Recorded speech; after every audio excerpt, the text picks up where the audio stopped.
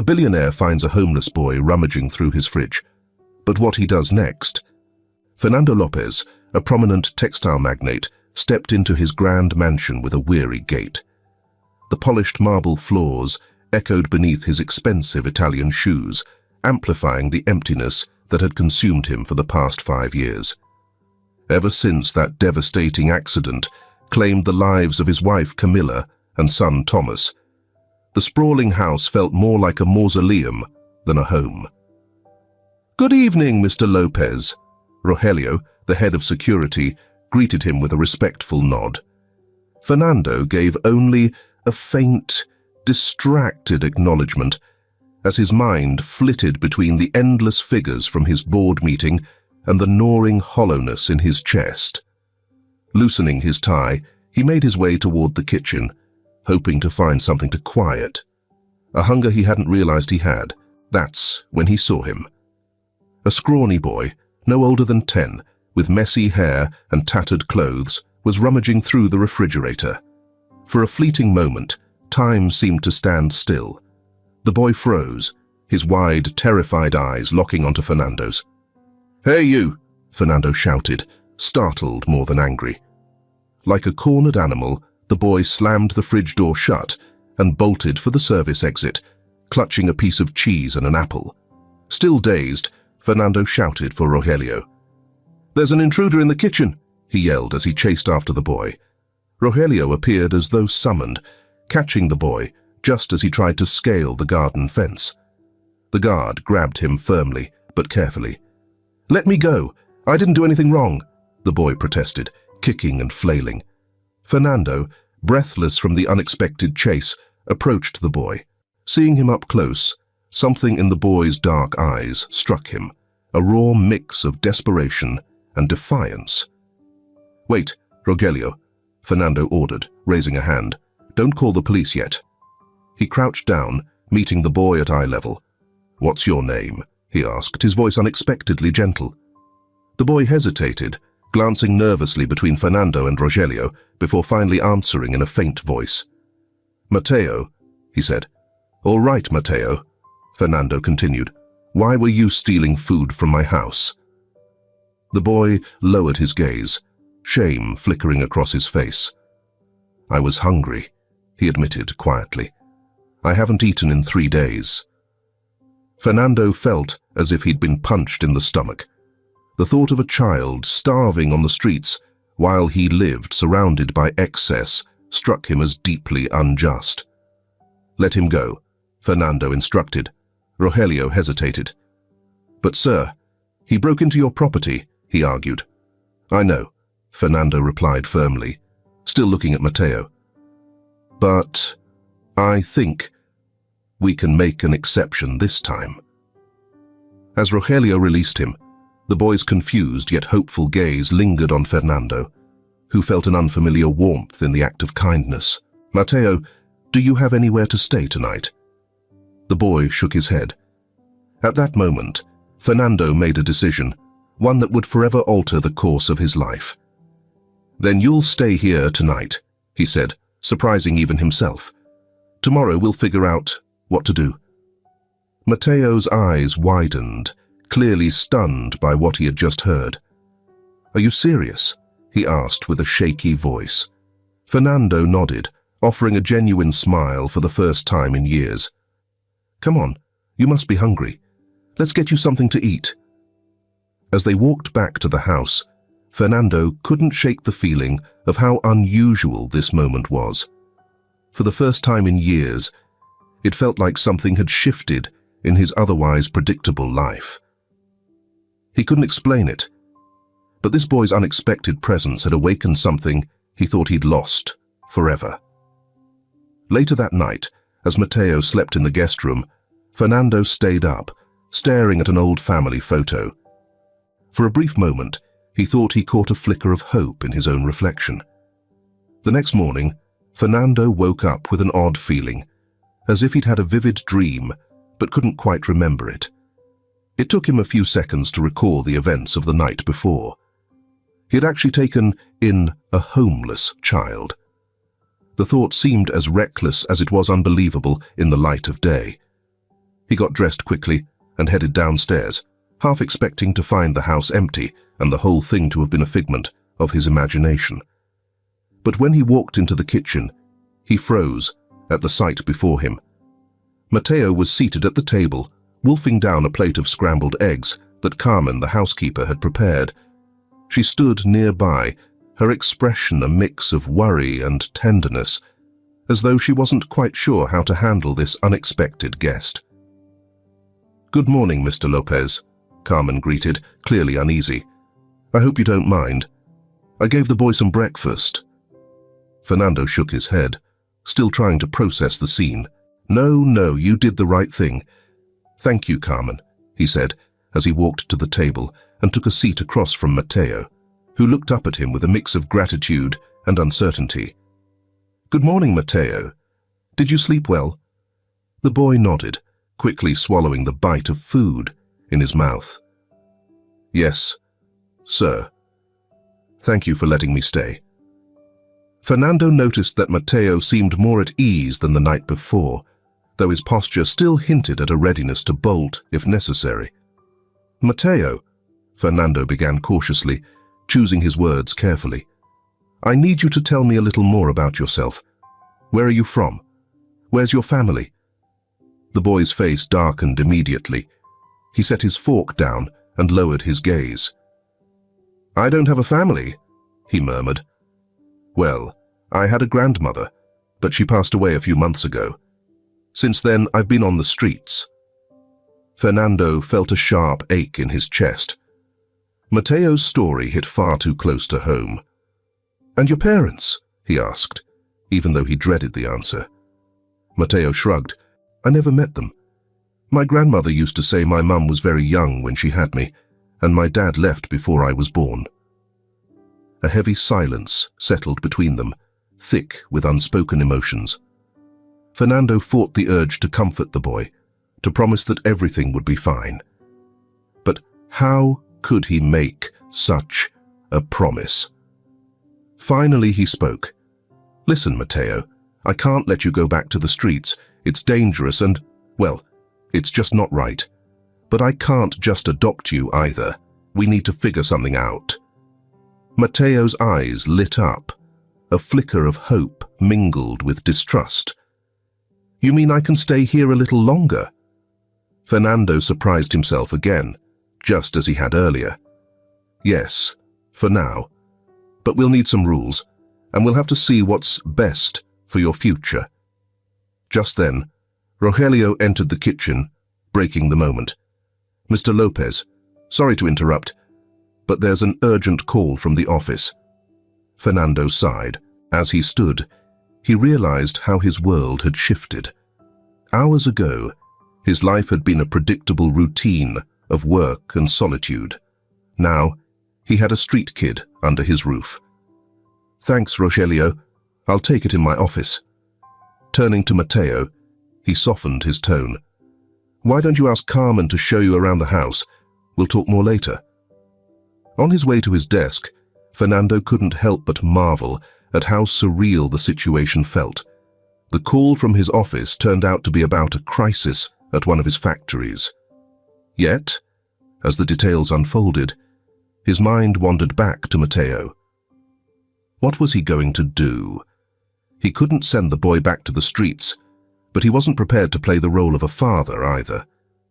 Memories of his late son, Tomás, crept into his mind, piercing him with grief.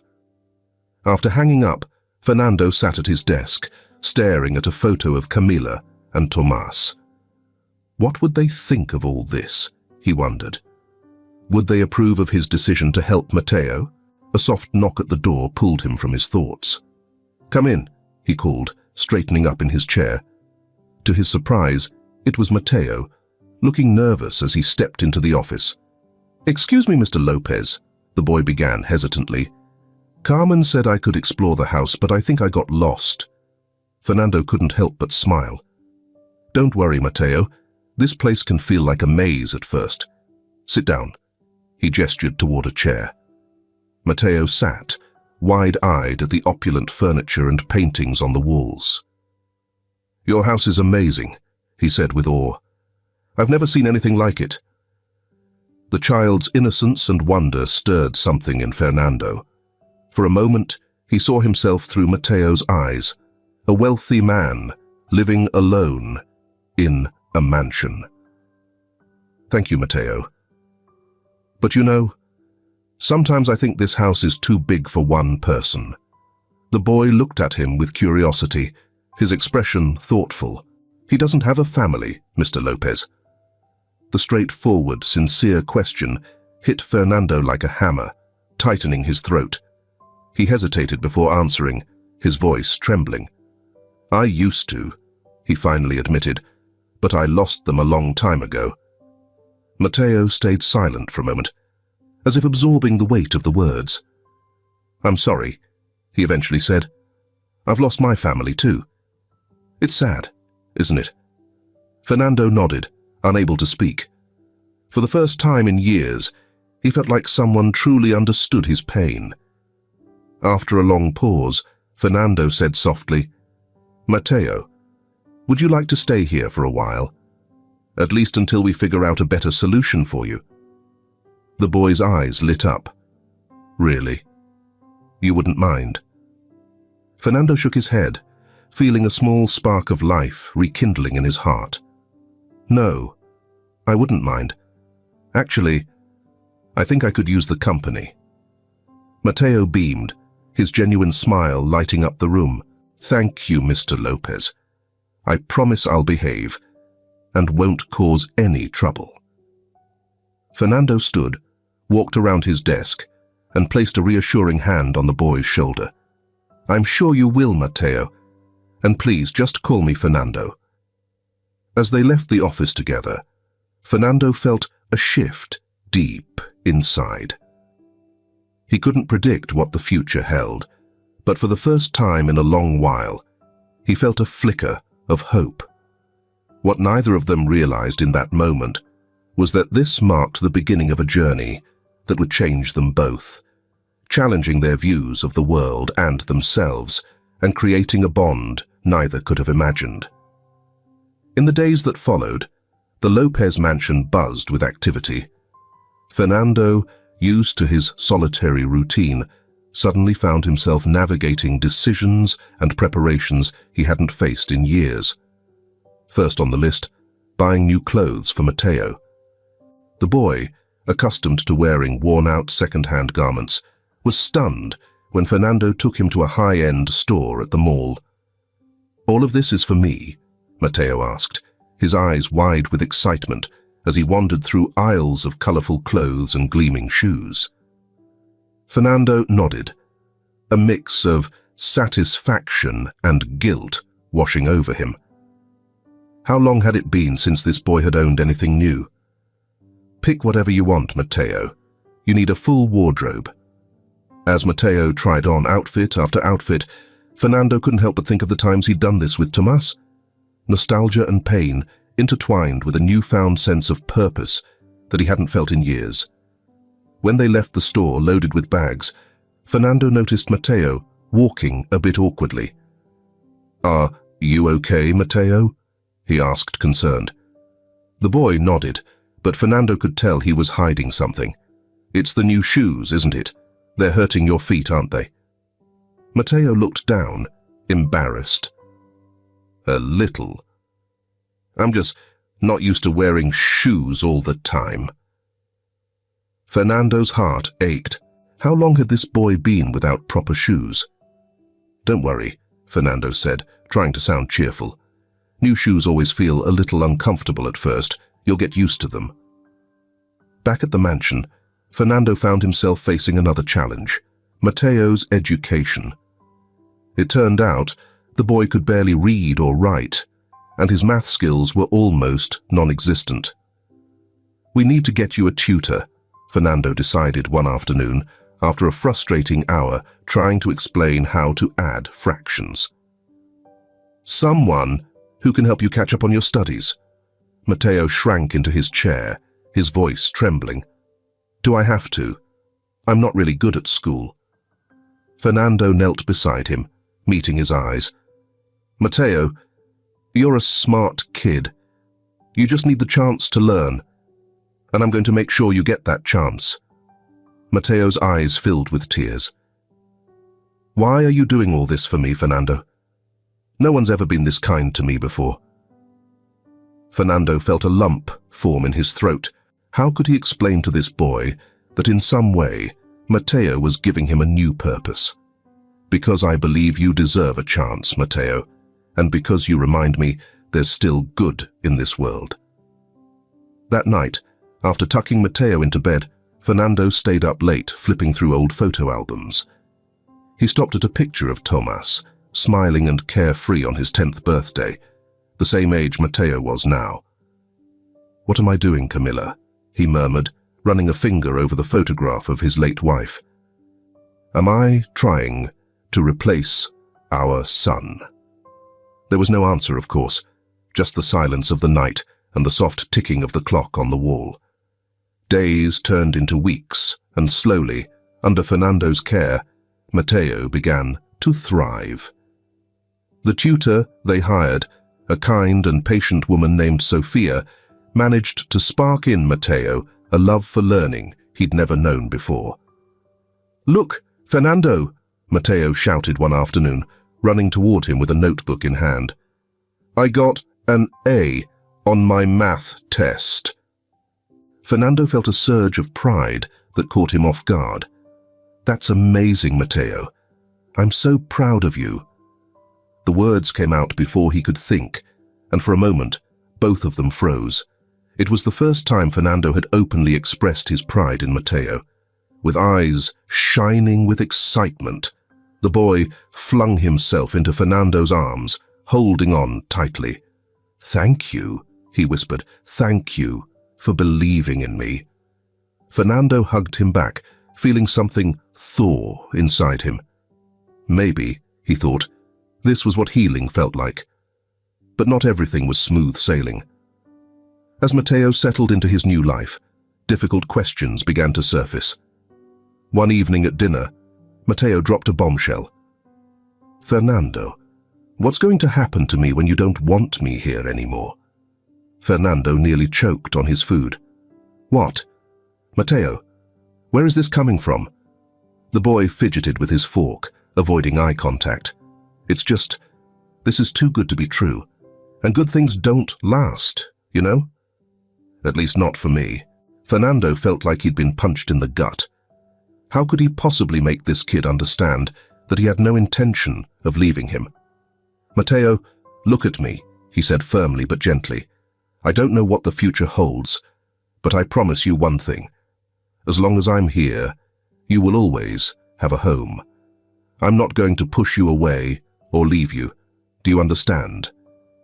Matteo nodded hesitantly, but Fernando could see he wasn't fully convinced, and honestly, he couldn't blame him. How could he ask Matteo to trust him completely when life had taught the boy the exact opposite? That night, after Matteo fell asleep, Fernando found himself poring over legal documents and making late-night calls to his lawyer. If he was going to commit to this, if he truly wanted to be there for Matteo, he needed to do it the right way. He wanted to give the boy the stability and security he deserved. Yet, as Fernando planned their future, he couldn't shake the feeling that there was something bigger at play, something he couldn't quite put his finger on, but that felt like it could change everything. What Fernando didn't know was that a sudden discovery would soon challenge everything he thought he knew about Matteo, himself, and what family truly meant. His transformation was hard to miss. Friends and colleagues noted that he smiled more often, showed up later to the office, and even left earlier than usual. During board meetings, he seemed less consumed by profit margins and more focused on the human impact of his decisions. One evening, while reviewing reports in his home office, a loud crash came from the attic. Taking the stairs two at a time, Fernando rushed up, fearing that Matteo might be hurt. "Matteo, are you okay?" he called out, throwing the attic door open. What he saw stopped him cold. Matteo stood amidst a chaotic mess of overturned boxes and scattered items, But it wasn't the clutter that froze him. Clutched tightly in Matteo's trembling hands was a framed photograph. "I'm sorry," Matteo stammered, tears welling in his eyes. "I didn't mean to. I was just looking around. And—" Fernando stepped closer, his heart pounding. He recognized the photo instantly. It was of Tomás, carefree and grinning, taken on his last birthday before the accident. "It's okay, Matteo," Fernando said, trying to steady his voice. "You didn't do anything wrong." But Matteo didn't seem to hear him. His gaze was fixed on the picture, his expression a mix of shock and confusion. "Fernando," Matteo whispered, "who is this boy? He looks just like me." For a moment, Fernando's world seemed to stand still. He couldn't deny it. The resemblance between Matteo and Tomás was uncanny. It was something he'd noticed before, but had never allowed himself to truly consider. Fernando finally spoke, his voice trembling. "That was my son, Tomás. He passed away 5 years ago, along with my wife, Camilla." Matteo looked up, his eyes a mix of emotions Fernando couldn't quite decipher. "That's why you took me in, isn't it? Because I remind you of him?" The question hit Fernando like a punch to the gut. Was it true? Had he seen a replacement for his lost son in Matteo? "No, Matteo, it's not like that," he said, but even to his own ears, his voice lacked conviction. "I took you in because you needed help, because you're a good kid who deserves a chance." But the damage was done. Matteo carefully placed the photograph back down and stepped away. "I think I need to be alone for a while," he mumbled before running out of the attic. Fernando stood there, surrounded by the memories of his past life, feeling as if everything he had built over the past few months was crumbling around him. Dinner that evening was tense and quiet. Matteo barely touched his food, and Fernando struggled to find the words to bridge the sudden gap between them. Finally, Matteo spoke. "I know what you found today must be confusing and painful, but I want you to know, it's okay, Fernando." Matteo's tone carried a surprising maturity. "I understand that you must miss your son a lot, and if you want me to leave, I'll understand." Fernando's heart broke at those words. "No, Matteo, I don't want you to go," he said firmly. "Look, it's true that at first, you might have reminded me of Tomás in some way, but these past few months, you've shown me who you are. You're your own person, unique and incredible. You're not a replacement for anyone." Matteo's eyes filled with tears. "Do you really mean that?" "Absolutely," Fernando said, reaching across the table to hold Matteo's hand. "You're part of my life now, Matteo. And if you're willing, I'd like you to stay." Slowly, a small smile spread across Matteo's face. "I want to stay too, Fernando," he whispered. That night, after tucking Matteo into bed, Fernando stayed up late, reflecting on the day's events. He knew there was still a long road ahead and that this conversation was just the beginning. But for the first time in years, he felt like he was doing the right thing. What Fernando didn't know was that fate had more surprises in store for both him and Matteo. In another part of the city, a woman stared at an old photograph, tears streaming down her face. It was a picture of a baby who looked strikingly like Matteo. She sighed, slipping the photograph into her bag. "Tomorrow," she whispered to herself, "tomorrow I'll finally have the courage to find Fernando Lopez and reveal the truth I've kept hidden all these years." As the first rays of sunlight broke over the horizon, Fernando awoke with a start, shaken by a restless dream he couldn't remember. Fernando got up and headed to the kitchen, surprised to find Matteo already awake, sitting at the table with a notebook in front of him. "Good morning, Matteo," he greeted, doing his best to sound cheerful. "What are you doing up so early?" Matteo looked up, and Fernando noticed the dark circles under his eyes, as though he hadn't slept well. "I was drawing," Mateo said, sliding the notebook toward Fernando. As Fernando picked it up, his breath caught. The drawing showed two figures, a tall man in a suit and a small boy, both smiling and holding hands. Below it, Mateo had written in shaky letters, "My new family." Fernando tried to respond, but his throat tightened. "Mateo, this is—" He started, but couldn't finish. "I know I'm not Tomas," Mateo said softly, "and I know I can never replace him. But do you think we could be, some kind of family? You and me?" Fernando put down the notebook, walked around the table and knelt beside Mateo, pulling him into a tight hug. "We already are, Mateo," he whispered. "A different kind of family, but a family all the same." Their moment was interrupted by the sound of the doorbell. Fernando frowned, wondering who could possibly be at the door this early in the morning. "Stay here," he told Mateo. "I'll go see who it is." Opening the door, he was met by a middle-aged woman with graying hair and tired but determined eyes. "Mr. Lopez?" the woman asked. "I'm Elena Gomez. I need to speak with you about Mateo." Fernando felt a chill run through him. "What do you know about Mateo?" he asked, his body tensing. Elena took a deep breath, as if summoning courage. I'm his grandmother," she said. The words hit like a thunderclap, shattering the quiet of the entryway. Fernando froze, struggling to process what he'd just heard. "But Mateo said his grandmother passed away," he managed to say, at last. Elena nodded, tears forming in her eyes. "I know," she said. "It's a long story, Mr. Lopez, one that involves your wife, Camilla." Fernando felt the air leave his lungs. What did Camilla have to do with this? "You'd better come in," he said, stepping aside and gesturing for Eleanor to enter. He led her to his study, closing the door behind them. He didn't want Mateo overhearing, at least not until he understood what this was all about. "Please, have a seat," Fernando said, working hard to keep his composure. "Now, explain what's going on." Elena sat down, twisting a handkerchief nervously in her hands. "Mr. Lopez," she began, her voice trembling. "What I'm about to tell you is going to change a lot of things. But before I start, please understand, my daughter Laura never meant to hurt anyone." Fernando frowned in confusion. "Your daughter? What does she have to do with any of this?" Elena took another deep breath before continuing.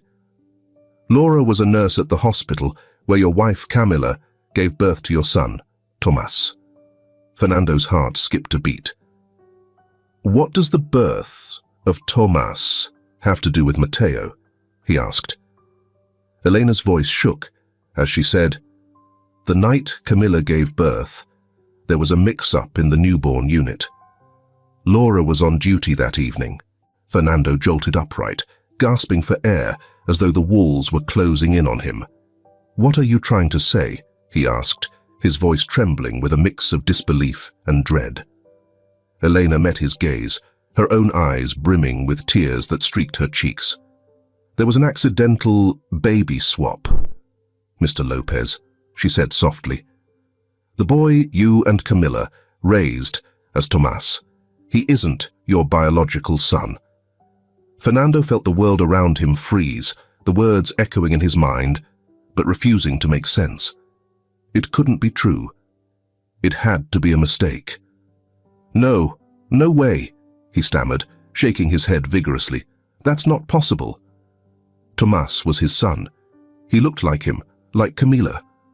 Eleanor, her tone gentle but firm, replied, "Babies can resemble many people, Mr. Lopez, but DNA tests don't lie."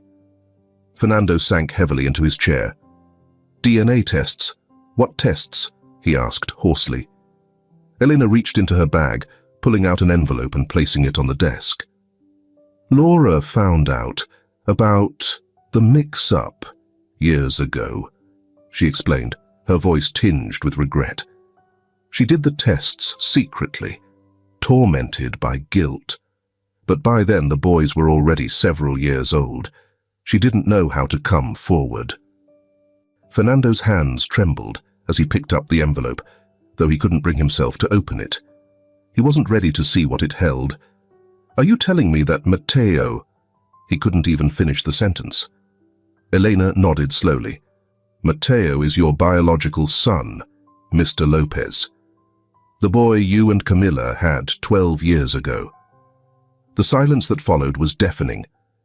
Fernando felt as if the ground beneath him had vanished. The world spun in a chaotic blur, and nothing made sense anymore. For all these years, he'd been caring for his own child without knowing it. The boy he had mourned so deeply after the accident, the one he had thought was his, wasn't truly his son. And now, why now? "Why are you telling me this now?" he managed to ask, his voice breaking. Eleanor looked down, shame washing over her. "Laura passed away a few months ago," she admitted. "Cancer. On her deathbed, she told me everything and asked me to do the right thing. It's taken me this long to summon the courage to come here." Fernando walked to the window, staring out as he tried to make sense of it all. His emotions clashed. Confusion, pain, anger, but also, surprisingly, a flicker of joy. Matteo, the boy who had unexpectedly entered his life, was truly his son. "Matteo doesn't know about any of this, does he?" Fernando asked, turning to face Eleanor. She shook her head. "No, we never told him. We thought it was better that way." Fernando nodded slowly, pieces of the puzzle falling into place. Now he understood the resemblance, the instant bond he had felt with Matteo. It wasn't just compassion or memories of Tomas. It was the unbreakable connection between a father and his child. "What do we do now?"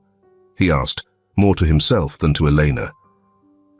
"That's up to you, Mr. Lopez," she replied softly. "I know I have no right to ask anything of you, but Matteo's a good boy. He's been through so much. All I want is what's best for him." Fernando rubbed his face, feeling the heavy weight of responsibility settling on his shoulders. "I need time," he said finally. "I need to think about how to handle this, how to tell Matteo." Elena stood, nodding in understanding. "I get it," she said. She placed a card on the desk. "Here's my number. Please, call me when you've made a decision." Fernando sat quietly in his study, staring at the torn envelope on his desk. The room was silent, except for the muffled sounds of life coming from the rest of the house. Inside that envelope were DNA results, proof that Matteo was his biological son. For months, Fernando had cared for Matteo, loved him as his own, and now this piece of paper confirmed what he could hardly believe. His hands trembled as he unfolded the document, scanning the words that solidified Elena's claim. Each line sent a wave of emotions crashing over him. Meanwhile, in the kitchen, Matteo waited patiently, unaware of the storm about to uproot his life forever. Fernando's heart felt heavier with each passing second. He needed to act, to speak. But how could he begin? What could he possibly say to a child who had already endured so much pain? Matteo had lost nearly everything, and now Fernando was about to upend his world once again. A knock on the door startled him out of his thoughts. "Fernando?" Matteo's voice was cautious, but tinged with concern. "Are you okay? You've been in there all day." Taking a deep breath, Fernando steadied himself and answered, "I'm fine, Matteo. Come in. We need to talk." His tone was calm, surprisingly steady, though his chest tightened with nerves. The door creaked open, and Matteo stepped in, his face a mix of worry and curiosity. "Is something wrong?" the boy asked, perching on the chair across from the desk. Fernando looked at him closely, studying his features like it was the first time he'd really seen him. Now he noticed the resemblance, the shape of Matteo's eyes, the faint curve of his smile. Camilla's traits were unmistakable. How had he missed it before?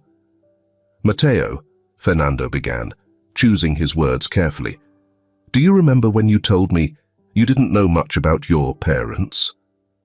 Matteo nodded, slowly, his brow furrowed. "Yeah. My grandma said my mum was really young when she had me, and that my dad left before I was born." Fernando felt a lump in his throat as he knelt down to Matteo's level. "What if I told you there's more to the story than you were told?" The boy stiffened, confusion clouding his eyes. "What do you mean?" he whispered. Fernando took his hands gently. "This morning, I had a visit from someone named Elena," he explained. She's your grandmother, Matteo. Your real grandmother." Silence filled the space between them as the weight of the truth began to sink in. Matteo shook his head, confusion clouding his face. "But my grandma passed away. You know that," he said. "I know. That's what you've been told," Fernando replied gently. "But the truth is much more complicated."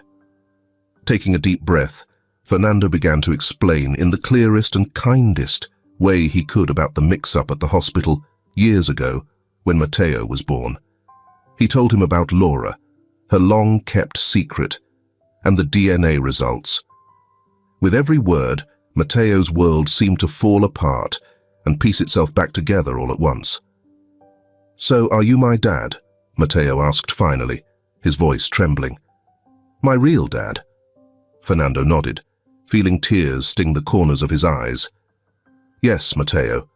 According to these tests, I'm your biological father." The silence that followed was deafening. Matteo stared into the distance, struggling to process everything he'd just heard. Fernando wanted to comfort him, to pull him into a hug, but he hesitated, unsure how Matteo would react. Finally, Matteo broke the quiet. "What about Tomas?" he asked, his voice soft. "The boy in the picture?" Fernando sighed. "Tomas was the child of another couple," he explained gently. "We raised him as our own, loved him like our son, but biologically, he wasn't ours." Matteo suddenly stood up, backing away from Fernando. "Why are you telling me this now?" he demanded, his voice a mix of confusion and anger. "Why are you turning my world upside down again?" The heartbreak in Matteo's eyes was almost too much for Fernando to bear. "Because you deserve to know the truth, Matteo," Fernando said softly.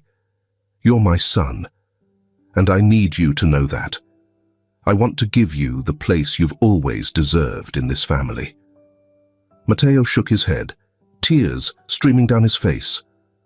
"I don't get it," he whispered.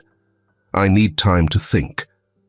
Before Fernando could respond, Matteo bolted from the office.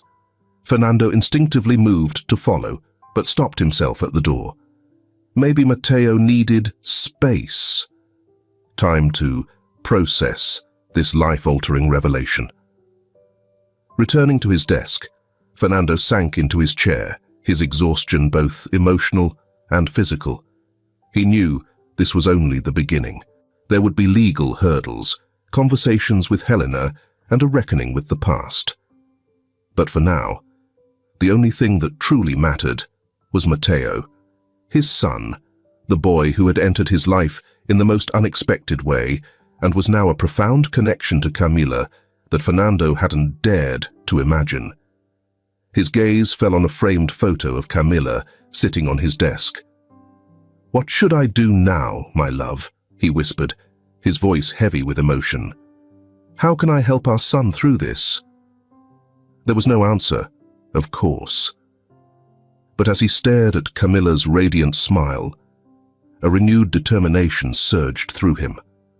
No matter how hard it got, he would do everything in his power to make Matteo feel loved, safe, and at home in this family. Because that's what they were now. A family, different, complicated, but a family nonetheless. With a deep breath, Fernando stood. It was time to find Matteo. The road ahead would be long and challenging, but they would face it together. Step by step, day by day, they would build the future they both deserved. As Fernando left the office, he couldn't predict the obstacles still waiting for them, but he knew one thing for certain. They would face them as father and son. Challenges would test their love, patience, and resolve in ways they never anticipated. The days after the revelation were fraught with tension and overwhelming emotions. Matteo became withdrawn, spending most of his time behind the closed door of his room. Fernando, though understanding of Matteo's need for space, found himself helpless in the face of his son's newly unearthed pain. One afternoon, while Fernando was working in his home office, a soft knock disrupted his thoughts. "Come in," he called, expecting to see Carmen or Rogelio. To his surprise, it was Matteo who entered, his eyes red and his expression resolute. "I want to meet her," he said, his voice steady but full of emotion. Fernando blinked, confused for a moment. "Her?" Matteo nodded. "Elena.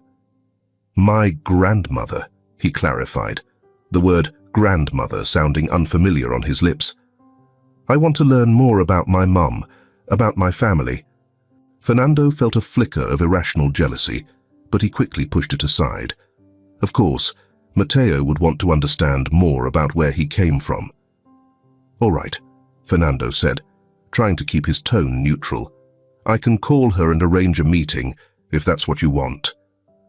Matteo nodded, but stayed rooted in place. After a pause, he spoke again, his voice barely a whisper. "Can I ask you something?" Fernando turned toward him, giving him his full attention. "Of course, Matteo. Anything." Matteo took a deep breath before continuing. "If you hadn't found out I was your son, would you have adopted me anyway?" The question hit Fernando like a punch to the gut. Rising from his chair, he knelt in front of Matteo, looking him directly in the eyes. "Matteo, listen to me," he said firmly, though his voice remained gentle. "From the moment you came into my life, I knew you were special. Son or not, I already thought of you as family. I was considering adoption long before I learned the truth." Tears welled up in Matteo's eyes. "Really?" he asked, his voice trembling. Fernando nodded, his own eyes glistening with unshed tears. "Really? Matteo, I know all of this feels confusing and scary, but you need to understand, no matter how you came into my life, I'm grateful you did. Are you my son? In every way that matters." Overcome with emotion, Matteo threw his arms around Fernando, his quiet sobs muffled against his shoulder. Fernando held him tightly, feeling a knot in his chest begin to unravel. "I love you, Dad," Matteo murmured through his tears. Fernando's heart swelled. It was the first time Matteo had called him Dad. "I love you too, son," Fernando replied, his voice breaking with emotion. "More than you can imagine." That moment marked a turning point in their relationship. While questions remained and challenges lay ahead, Fernando knew they were finally moving forward. In the days that followed, Fernando reached out to Elena and arranged a meeting in a nearby park, a neutral space where Matteo could feel at ease. The day of the meeting arrived faster than they had anticipated. Fernando and Matteo strolled together toward the park, the boy clutching nervously onto his father's hand. Seated on a bench, Elena anxiously twisted a handkerchief between her fingers. When she spotted them approaching, her gaze locked onto Matteo. "Hi, Matteo," she greeted softly, her voice trembling and her eyes glistening with tears. I'm your grandmother, Elena." Matteo looked up at Fernando, who nodded encouragingly. "Hi," he replied hesitantly. Elena reached into her purse and pulled out a photo, her hands shaking as she offered it to Matteo. "This is your mother, Laura," she said, her voice breaking slightly. "When you were a baby, you looked just like her." Matteo took the picture, studying it intently. Fernando quietly watched as his son's eyes scanned every detail of Laura's face, searching for familiar traits. Finally, Matteo asked, "What was she like?" Elena smiled through her tears. She was brave and kind, had the most infectious laugh, and she loved books, and she loved you, Matteo, more than anything in the world. As Elena shared memories of Laura, Fernando remained quiet, observing the moment. A swirl of emotions churned within him. Happiness for Matteo, who was finally connecting with his roots, sorrow for the lost time, and a flicker of fear that this new bond might somehow overshadow his own relationship with his son. But when Matteo turned to him, his eyes sparkling with excitement, and said, "Dad, did you hear that? Mum was a nurse just like yours." Fernando felt his worries melt away. The visit stretched over several hours, filled with laughter, tears, and endless questions. As they said their goodbyes, promising to meet again soon, Fernando was surprised to feel a wave of gratitude toward Elena. Despite everything, she had cherished Matteo all these years and now seemed ready to share that love.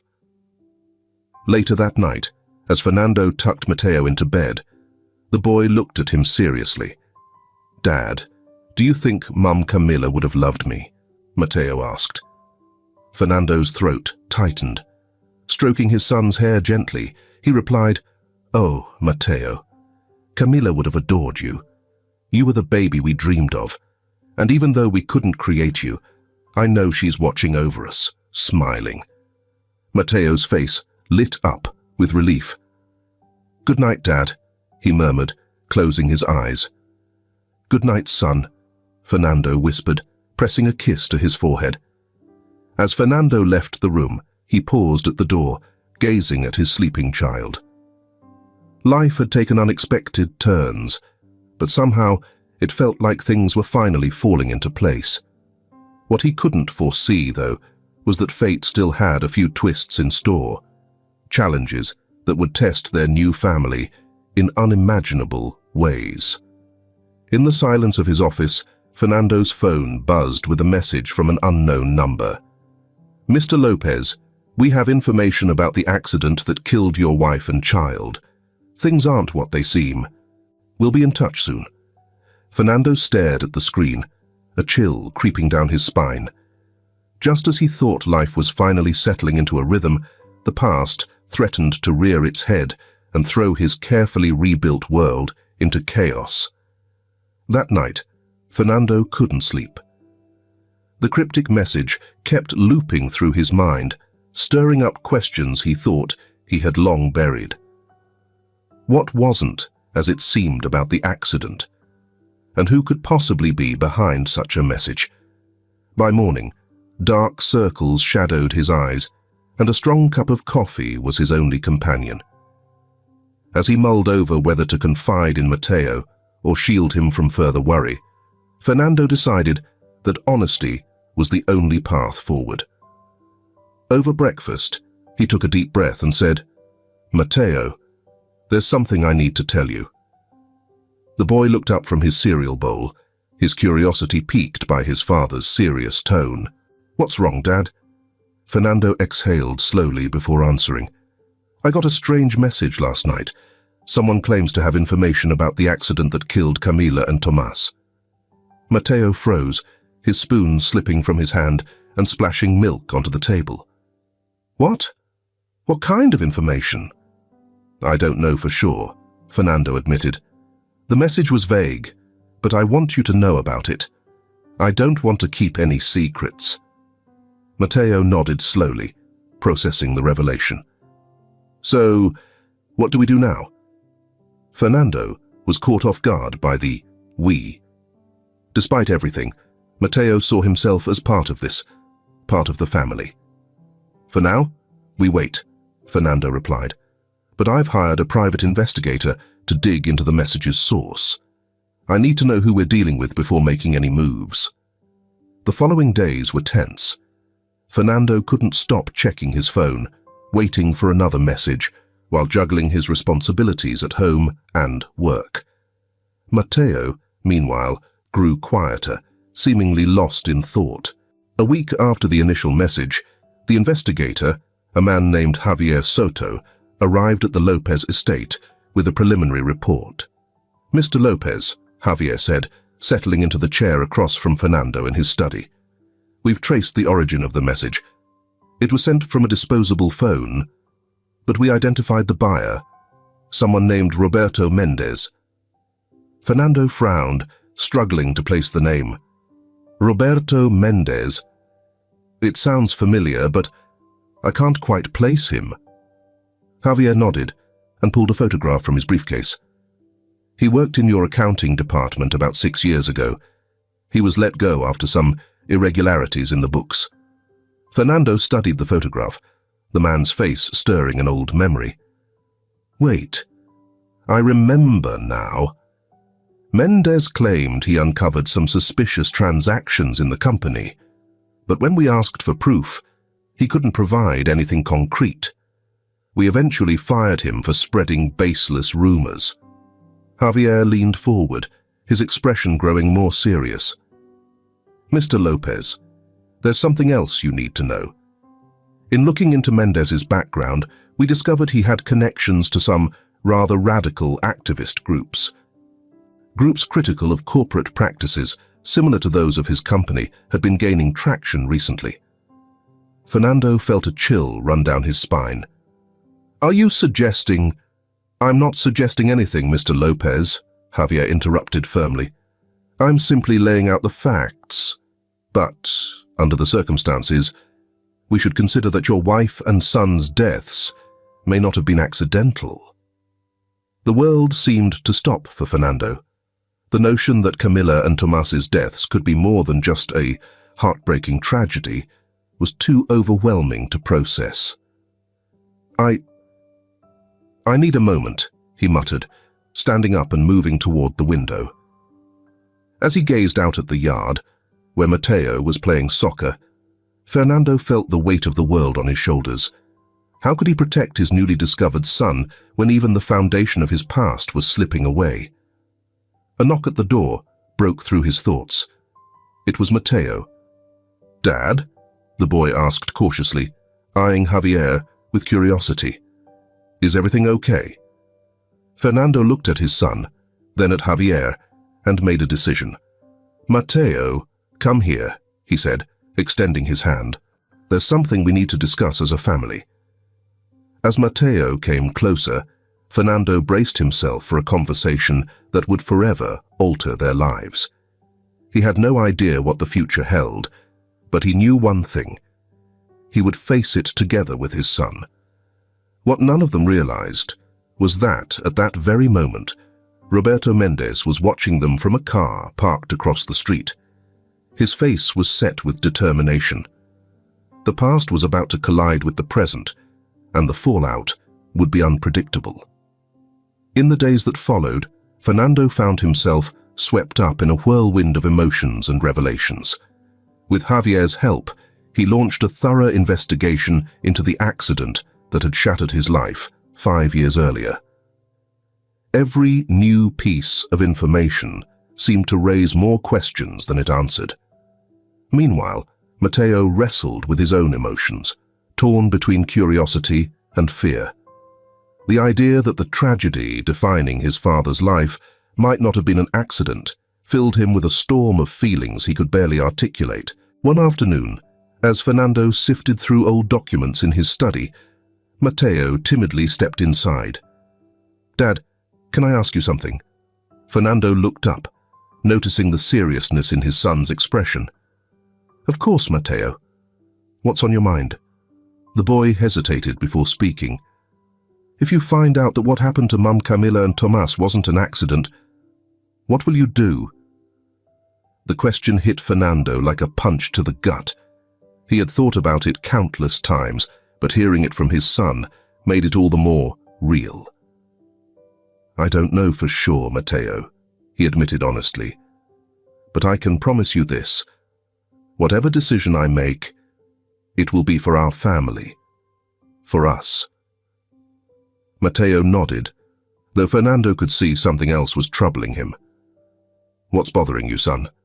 Matteo hesitated again, his voice barely a whisper. "What if the people who hurt them come after us? Are we in danger now?" Fernando felt his chest tighten. He hadn't wanted to burden Matteo with his fears, but it was clear the boy was more perceptive than he'd realized.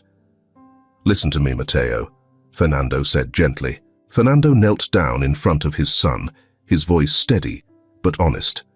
"Matteo, I'm not going to lie to you. I don't fully understand what we're dealing with right now." He placed a hand on the boy's shoulder and continued, "But I need you to know that I'll do everything in my power to keep us safe. We've tightened security around the house and are being extra cautious.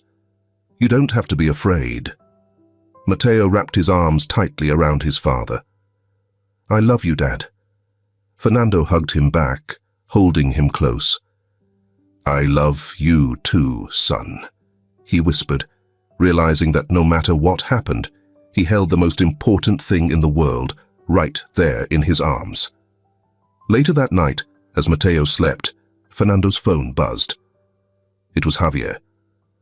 "Mr. Lopez, I think we've found something," said the investigator, his tone urgent. "We need to meet immediately." Half an hour later, Fernando was seated in a discreet downtown cafe. Javier arrived shortly after, carrying a thick folder under his arm. Fernando leaned forward. "What did you find?" he asked, barely able to contain his anxiety. Javier opened the folder, revealing a stack of photos and documents. "We've been digging into Roberto Mendez's activities in the months leading up to the accident," Javier began, his expression serious.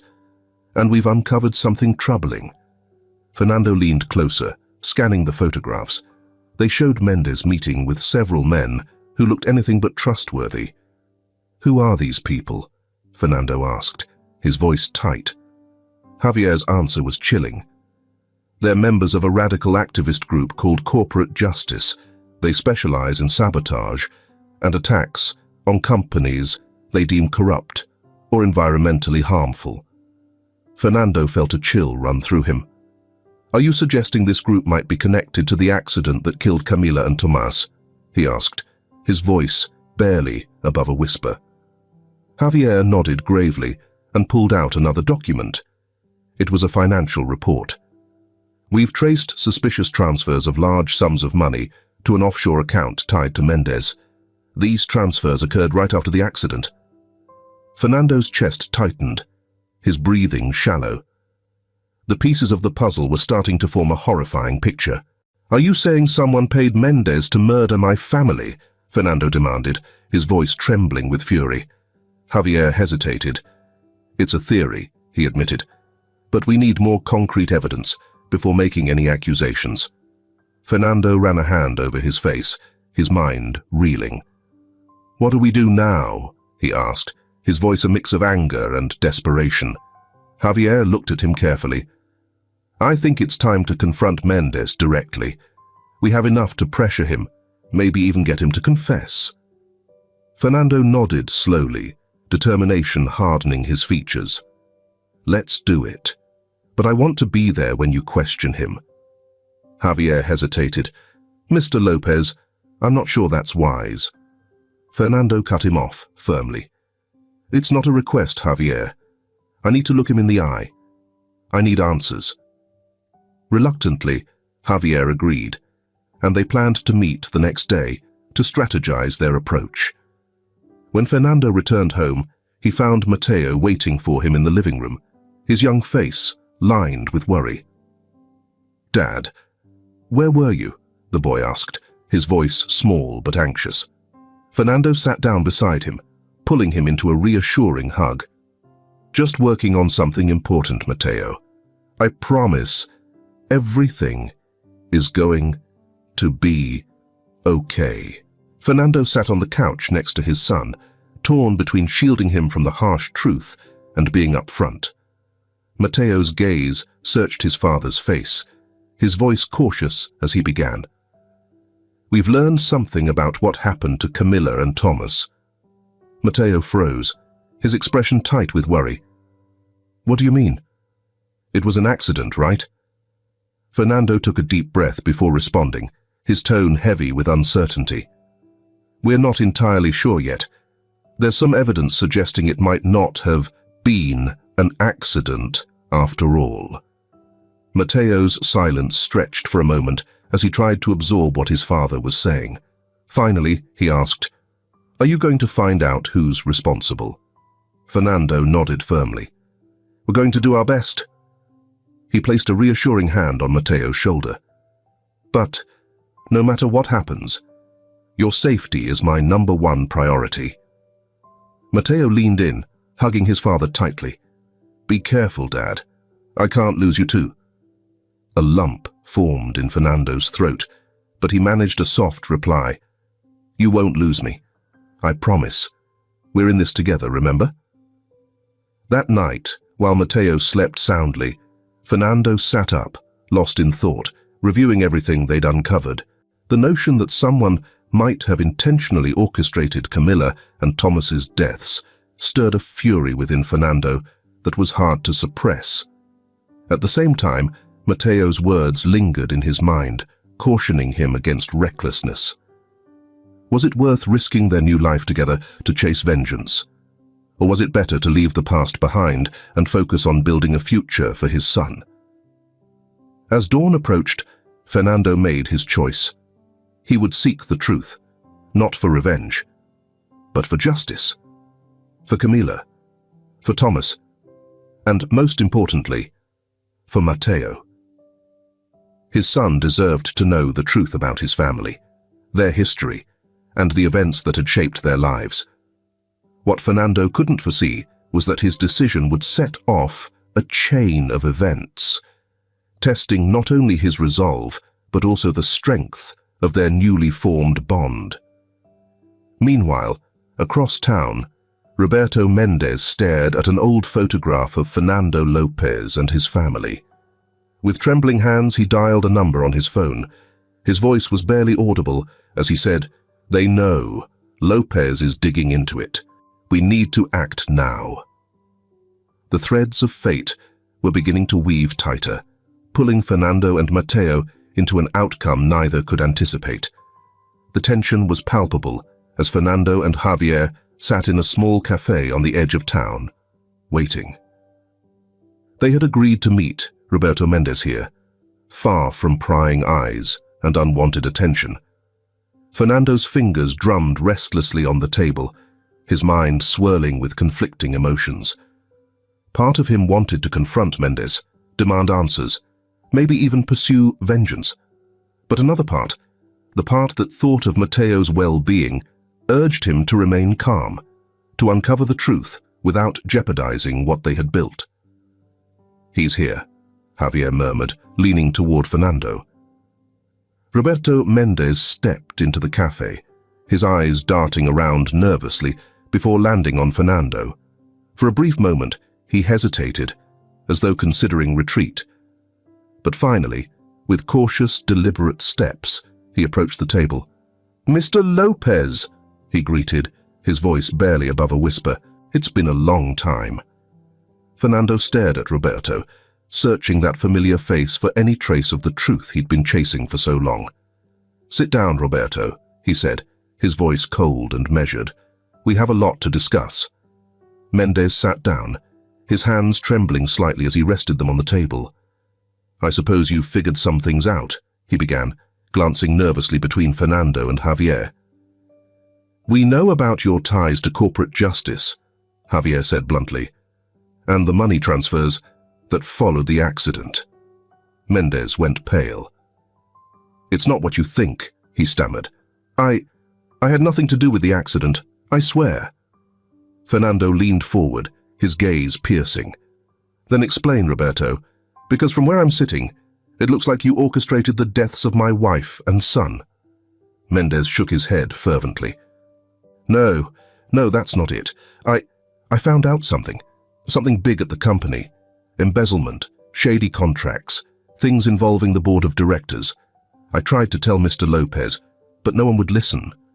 Fernando frowned, recalling vague allegations Mendes had made before he was fired. And how does that tie into the accident? Mendes took a deep breath before answering. I reached out to corporate justice. I thought they could help me expose the truth, but things spiraled out of control. They didn't just want to reveal information, they wanted to send a message. Fernando felt his blood run cold. Are you saying they... Mendes nodded, tears welling in his eyes. They planned the accident, but I swear, I didn't know. By the time I found out, it was too late. The money. They paid me to stay silent. Fernando shot to his feet, his chair crashing to the floor. You took hush money? You knew the truth all this time and said nothing. Javier quickly stepped in, placing a hand on Fernando's shoulder. Mr. Lopez, please, calm down. Mendes shrank in his chair, fear etched across his face. I'm sorry, he murmured. I'm so sorry. I've lived with this guilt for years. That's why I sent the message. I needed you to know the truth. Fernando sank back into his chair, feeling drained. Who? He asked at last. Who on the board was involved? Mendes pulled an envelope from his jacket and slid it across the table. Everything's in here. Names, dates, transactions, everything you need to expose them. Fernando stared at the envelope, its weight tangible, even before opening it. Why now? He asked. Why tell me all this now? Mendes looked down, his voice quiet. Because I'm dying, Mr. Lopez. Cancer. I don't have much time left, and I had to do one thing right before the end. The silence that followed was heavy, almost suffocating. Fernando stared intently at the envelope, feeling that it held not only the truth about Camila and Tomas's deaths, but also the power to dismantle the company he had spent years building. What are you going to do now, Mr. Lopez? Javier asked softly. Fernando thought about Mateo and the new life they were building together. He thought about Camila and Tomas, about the justice they deserved, and about the employees of his company, innocent people who might suffer if everything came to light. His hands trembled as he picked up the envelope. I'm going to do the right thing, he said at last, for my family, for Camila and Tomas's memory, and for everyone who trusts me. As they left the cafe, Fernando paused and looked back at Mendes one last time. Thank you for the truth, Roberto. I hope you find peace. Mendes nodded, tears streaming down his face. I'm sorry, Mr. Lopez, for everything. Later that night, back home, Fernando hugged Mateo tightly. Is everything okay, Dad? Mateo asked, sensing the emotion in his father's embrace. Fernando smiled, feeling a mix of sorrow and hope. It will be, Mateo. I promise you. As Mateo slept, Fernando sat at his desk with the opened envelope from Mendes in front of him and made a decision. He would reveal the truth, clean up his company, and honor Camila and Tomas's memory. But he would do it in a way that spared innocent people. With determination, he began drafting a plan for justice, redemption, and a fresh start.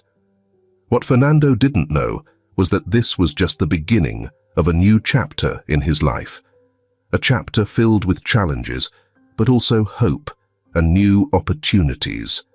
The months that followed were a whirlwind for Fernando and Mateo. Armed with the information from Mendes, Fernando began a quiet but thorough cleanup of his company. Collaborating closely with a team of trusted lawyers and auditors, he started untangling the web of corruption that had taken root at the highest levels. The process was grueling and emotionally draining. Fernando had to confront old friends and colleagues, some of whom were deeply involved in illegal activities.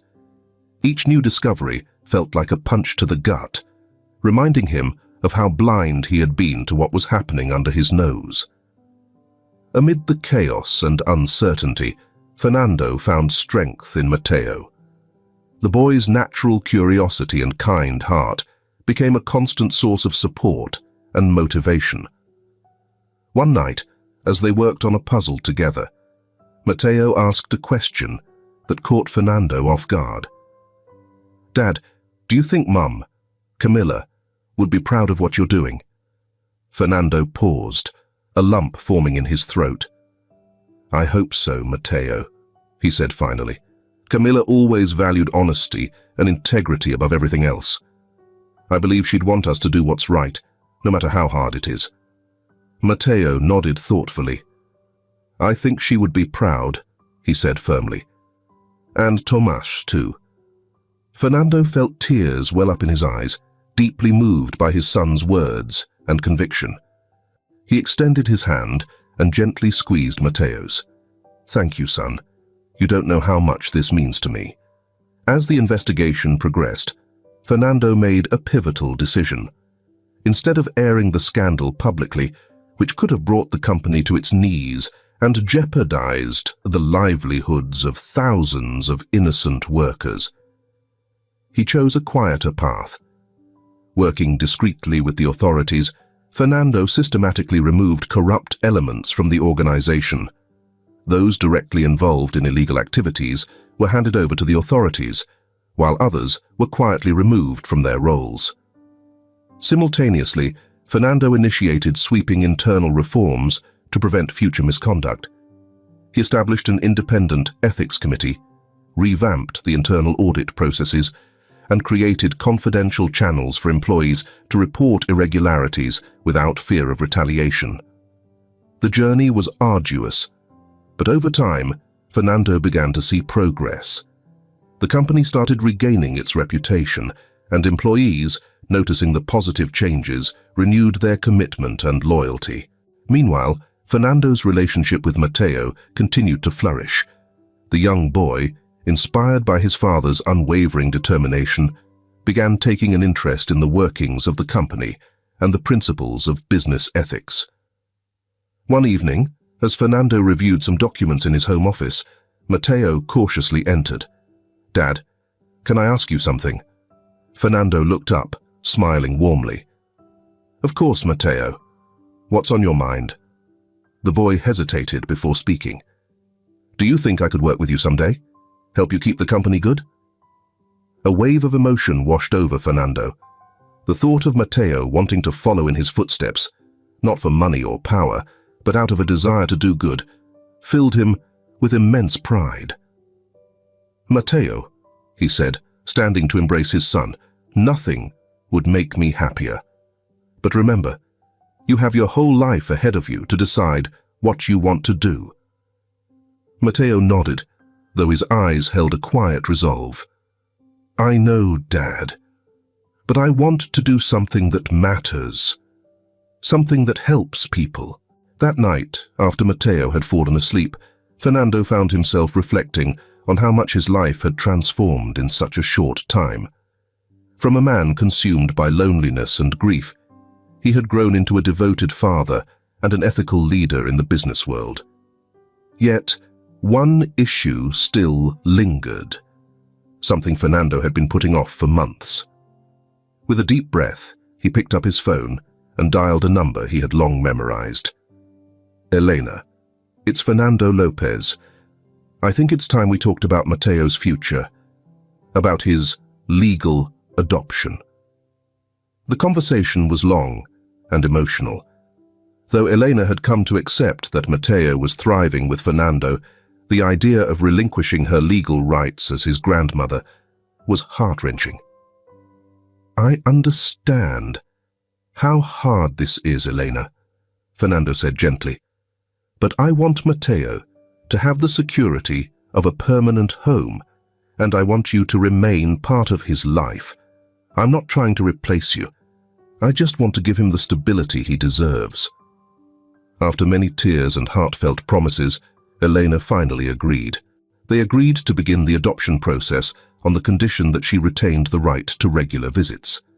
The next day, when Fernando shared the news with Matteo, the boy's reaction caught him off guard. "But, Dad," Matteo said, his brows furrowed, "I'm already your son. Why do we need a judge to tell us that?" Fernando crouched down to Matteo's level, gently taking his hands. "You are my son, in every way that matters, Matteo. This is just to make sure no one can ever take us away from each other. Do you understand?" Slowly, Matteo nodded, a small smile forming on his face. "So, I'll officially be Matteo Lopez." Fernando smiled back, his heart swelling with love. "Yes, son, you'll officially be Matteo Lopez." The adoption process moved forward swiftly, thanks to Fernando's connections and Elena's cooperation. On a sunny spring morning, Fernando and Matteo stood before a judge to make official what they had already known in their hearts. They were father and son. As the judge pronounced the decision, Fernando couldn't help but think of Camila and Tomas. Somehow, fate had woven their lives with Matteo's, bringing light and hope where there had once been only darkness. "Congratulations, Matteo Lopez," the judge said warmly. "And congratulations to you as well, Mr. Lopez. You are officially father and son." Matteo threw himself into Fernando's arms, both of them overwhelmed with tears of joy. "I love you, Dad," Matteo whispered. "I love you too, son," Fernando replied, holding the boy tightly, knowing his life had changed in ways he could never have imagined. As they left the courthouse, hand in hand, they realized this wasn't the end of their journey, but the beginning of something new, a future filled with promise, challenges, and most importantly, love. What they didn't know was that destiny had one more surprise in store for them, one that would test their newly formed family in ways they could never have foreseen. The morning sun rose high over the city, bathing the streets in a warm, golden light that seemed to whisper of new beginnings. At the Lopez mansion, Fernando woke early, as had become his routine in recent months. He tiptoed to Matteo's room, smiling at the sight of his son fast asleep, clutching the teddy bear Fernando had given him on their adoption day. While preparing breakfast, Fernando reflected on the extraordinary journey of the past year, the transformation of his business, adopting Matteo, and the healing and forgiveness that had shaped him. It all felt almost too good to be true. The sound of sleepy footsteps broke his thoughts. Matteo shuffled into the kitchen, rubbing his eyes and yawning. "Morning, Dad," he mumbled, climbing onto a chair. "Morning, champ," Fernando replied, setting a plate of pancakes in front of him. "Ready for the big day?" Matteo nodded, his face lighting up with a bright smile. Today was a big day for Fernando. He was set to officially launch the Camila and Tomas Lopez Foundation, a non-profit focused on supporting homeless children and promoting ethical business practices. "Do you think Mum Camila and Tomas would have liked this idea?" Matteo asked, his mouth full of pancakes. Fernando felt a swell of emotion in his chest. "I'm sure they would have loved it, Matteo, especially knowing you helped plan it." And it was true. Matteo had been a vital part of shaping the foundation, contributing ideas and insights that only a child with first-hand experience of life on the streets could offer. As they got ready to leave, Fernando's phone buzzed. It was Helena. "Good morning, Fernando," she said, her voice warm with emotion. "I just wanted to wish you luck today. I'll be watching the presentation on TV." "Thanks, Helena," Fernando replied sincerely. "That means a lot to us." Over the past few months, his relationship with Helena had taken a positive turn. At first, it had been tough for Helena to come to terms with Matteo's adoption. But over time, she'd stopped seeing Fernando as competition and started viewing him as a partner in giving Matteo the love and care he deserved. The foundation's launch turned out to be a huge success. Standing next to Matteo, Fernando delivered a heartfelt speech about corporate social responsibility and community impact. "This foundation," he said, his voice echoing through the packed auditorium, was born not just out of pain and loss, but from the hope of a fresh start. It's built on the belief that every child deserves a chance, and that businesses have the power and the responsibility to create positive change in the world. As he finished, the crowd erupted into thunderous applause. But the most touching moment came when Matteo stepped up to the microphone. "My dad taught me that we can turn pain into something good," the boy said, his voice trembling slightly, with nerves but steady with determination. "I hope this foundation helps many kids find a home and family like I did," Matteo added. Not a single eye in the room was dry after his words. That evening, back at home, Fernando and Matteo sat in the backyard, gazing up at the stars. "I'm proud of you, Dad," Matteo said suddenly, "for everything you've done." Fernando felt a lump in his throat. "And I'm proud of you, Matteo, more than you could ever know." Under the shimmering night sky, Fernando reflected on the incredible journey that had brought them to this moment. He'd faced profound loss, but discovered a love and resilience he hadn't realized he had.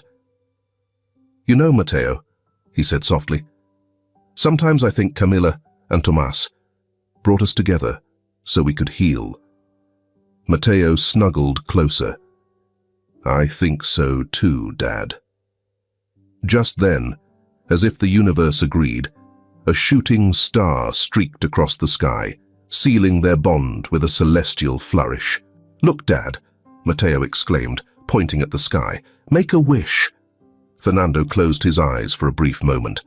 When he opened them, he smiled softly and pulled his son into a warm embrace. "I don't need to wish for anything, Matteo," he said quietly. "Everything I could ever want is right here with me." Under the sparkling stars, Fernando and Matteo Lopez, a father and son bound by love and destiny, gazed ahead with determination and hope. They understood that challenges lay ahead, but they also knew their bond would give them the strength to overcome anything. Their story wasn't just about loss and redemption. It was about love, resilience, and the extraordinary power of the human heart to heal and grow. Even in life's darkest moments, their journey stood as a testament to how light finds a way through, bringing the promise of a brighter tomorrow. As the night deepened and the stars shimmered above, father and son sat together in silence, grateful for the present and eager for the future they would face hand in hand as the family they were always meant to be.